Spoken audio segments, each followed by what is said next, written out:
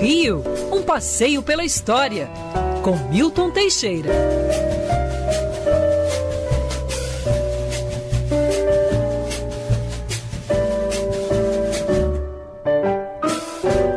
Professor Milton Teixeira, seja bem-vindo. Vamos fazer um passeio pela história, na verdade, para uma data histórica, 15 de dezembro de 1896. O que aconteceu naquele dia, professor? Bom dia.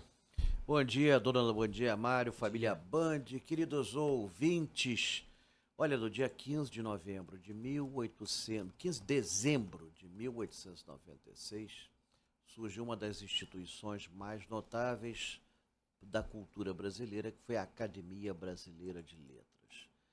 É interessante que no período colonial era proibido qualquer associação literária. Existiram duas no Rio de Janeiro, a Academia dos Felizes e a Academia dos Seletos. Mas é o tal negócio, reunia muito intelectual, eles logo partiam para criticar o governo. Então as instituições eram fechadas e se perdia qualquer trabalho cultural ali produzido. No meados do século XIX surgiu a Academia Petalógica, que era formada por intelectuais e do qual era secretário Machado de Assis, na época um adolescente. Mas não tínhamos nada disso, né? E o Brasil tinha vários escritores famosos, conhecidos, estimados. Os escritores eram para o século XIX o que talvez os jogadores de futebol fossem para os séculos XX e XXI. Eles eram estimadíssimos na rua, eram parados, eram homenageados como verdadeiros heróis, assim. Era a época, né?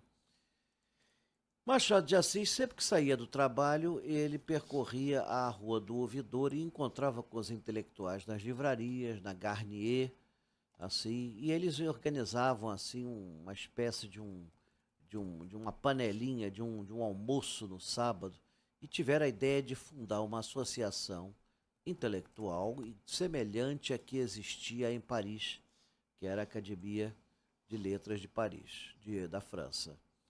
E depois de muito conversar, Machado de Assis e Lúcio de Mendonça, redator da Revista do Brasil, eles fundam nessa data, na redação da Revista do Brasil, na Travessa do Ouvidor, esquina de Rua do Ouvidor, a Academia Brasileira de Letras, com 40 intelectuais, fundadores, mais os correspondentes, e, realizada a eleição, venceu Machado de Assis. Machado de Assis era o único que conversava com todo mundo, com monarquistas, com republicanos, com parnasianos, com realistas, com novelistas.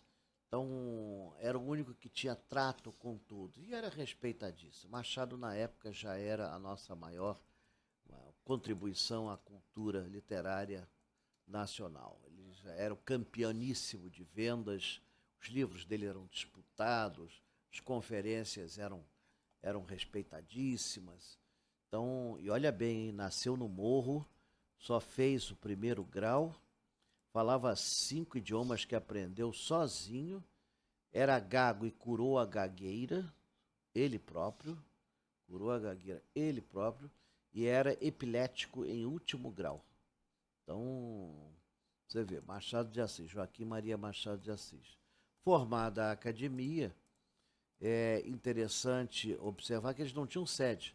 Então, eles foram inicialmente para o Real Gabinete Português de Leitura, na Rua Luís de Camões, lá tem uma sala até hoje, que era cedida a eles, até que em 1898, 2 anos depois, o Olavo Bilac surge com uma proposta muito melhor, a Confeitaria Colombo.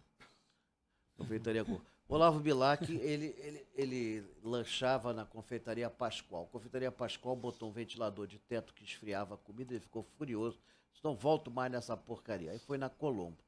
Na Colombo tinha um proprietário, era o Manuel José Lebrão. Pelo nome dá para ver claramente que era um cidadão da China Ocidental. O Lebrão chega e olha, tu comes aqui de graça e traz os teus amigos que comem de graça também. E o Olavo Bilac traz a Academia Brasileira de Letras, que passou a comer de graça. 40 intelectuais comendo de graça. Aliás, o Olavo Bilac dizia que eles eram imortais porque não tinham onde cair mortos. Todos eles eram ferrados na vida.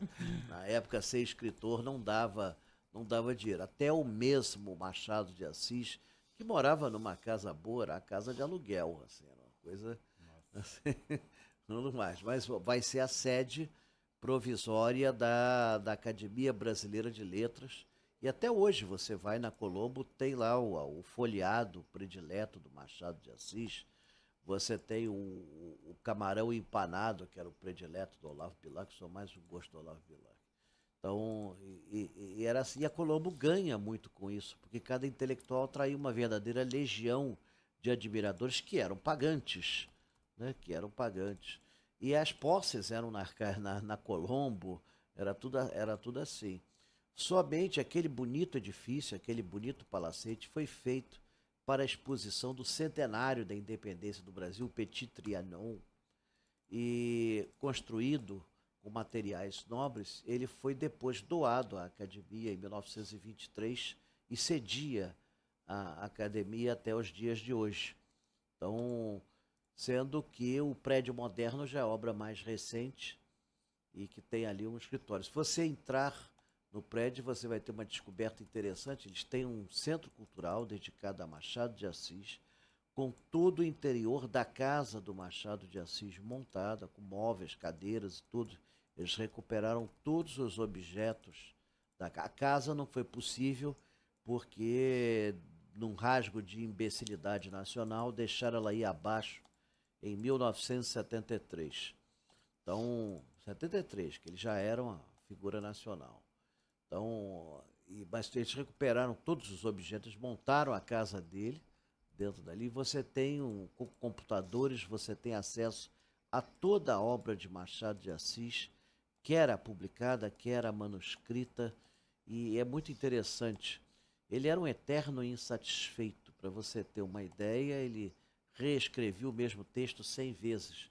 Tanto que depois ele pegava o que restava, jogava num tonel e tacava fogo. Por isso que ele ganhou o apelido de o Bruxo do Cosme Velho. Era o Bruxo do Cosme, achava que ele fazia bruxaria. Hoje em dia, a Academia é uma instituição respeitada, polêmica sobre diversos aspectos. Muitas pessoas que não escreveram nada ganharam seu lugar na Academia, mas eles afirmam que a Academia é um local de notáveis, não necessariamente que tenham escrito alguma coisa. Por isso que Getúlio Vargas entrou na Academia, sem ter escrito praticamente nada, né? Os discursos dele eram escritos por outras pessoas.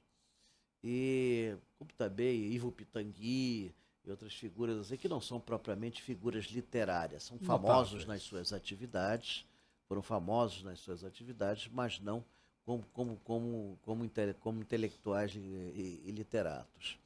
Mas é uma instituição respeitada, reconhecida no mundo inteiro. Já teve dissonâncias, teve Graça Aranha, que rejeitou a Academia, ficou do lado da poesia modernista de Mário de Andrade, de Oswald de Andrade, assim, mas são raros. Normalmente é uma honra entrar para a Academia e ser eleito para a Academia é a maior glória de qualquer intelectual brasileiro.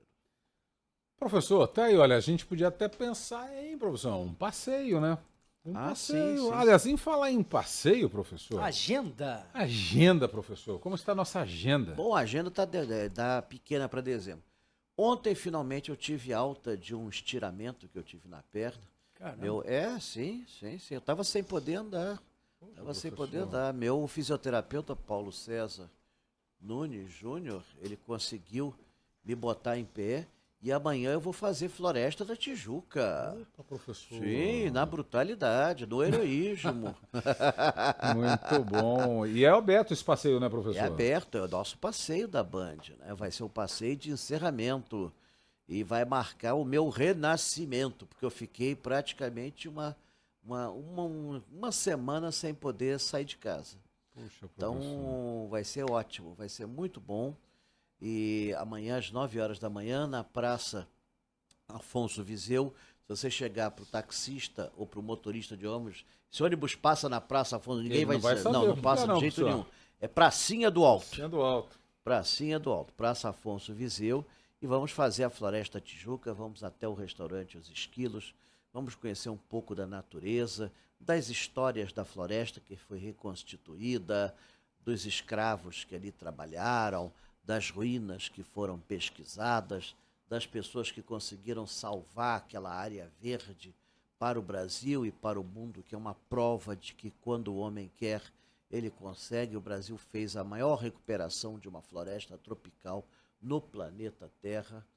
Em qualquer momento, você não tem nada comparável ao que se fez. Ali fala-se tanto que o Brasil desmata, faz isso, faz aquilo, mas todo mundo se esquece das glórias que nós fizemos. E o Rio de Janeiro se gaba de ter as duas maiores florestas urbanas do mundo. Pedra Branca e Tijuca. É o maciço da Pedra Branca e a Floresta Tijuca, que nós vamos conhecer amanhã, Muito às bem. 9 horas da manhã, testando minha perna nova. Precisamos ligar para ela? Para Vilma ou não, professor? É só chegar. Não, eu Só preciso. chegar.